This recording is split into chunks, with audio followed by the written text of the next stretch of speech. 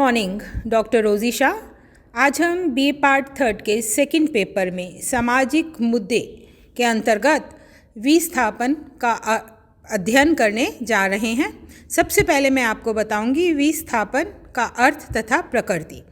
शाब्दिक रूप से विस्थापन का अर्थ है अपने मूल स्थान से अलग होना। इससे स्पष्ट होता है कि जब कुछ विशेष दशाओं के कारण कुछ व्यक्तियों अथवा समूहों को उस स्थान से वंचित होना पड़ता है जो उनके आवास या आजीविका का केंद्र रहा है, तब इस दशा को हम विस्थापन की दशा कहते हैं।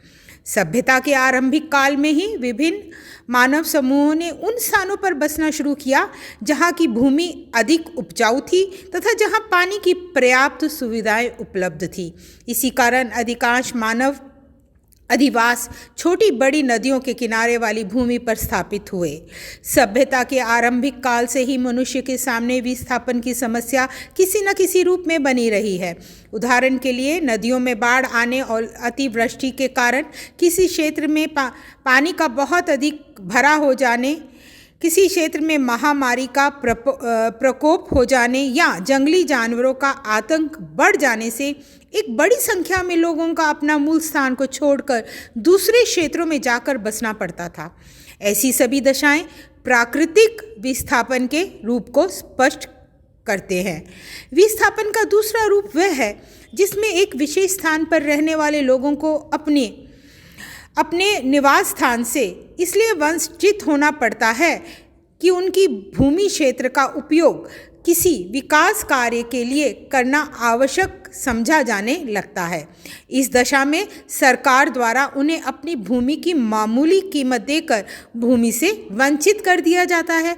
इसे हम विकास से उत्पन्न विस्थापन कहते हैं। इसका कारण पूरी तरह मानवीय होता है, प्राकृतिक नहीं होता है।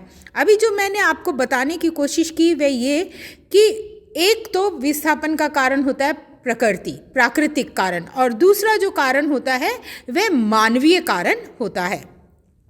ऑक्सफोर्ड शब्दकोश के अनुसार विस्थापन कुछ विशेष परिस्थितियों में स्थान परिवर्तन की प्रक्रिया है जिसके अंतर्गत कुछ व्यक्ति, समूह अथवा समुदाय अपनी अनिच्छा से पहले के स्थायी निवास स्थान अथवा क्षेत्र को छोड़कर किसी दूसरे स्थान या क्षेत्र में बसने के लिए बाध्य होते हैं।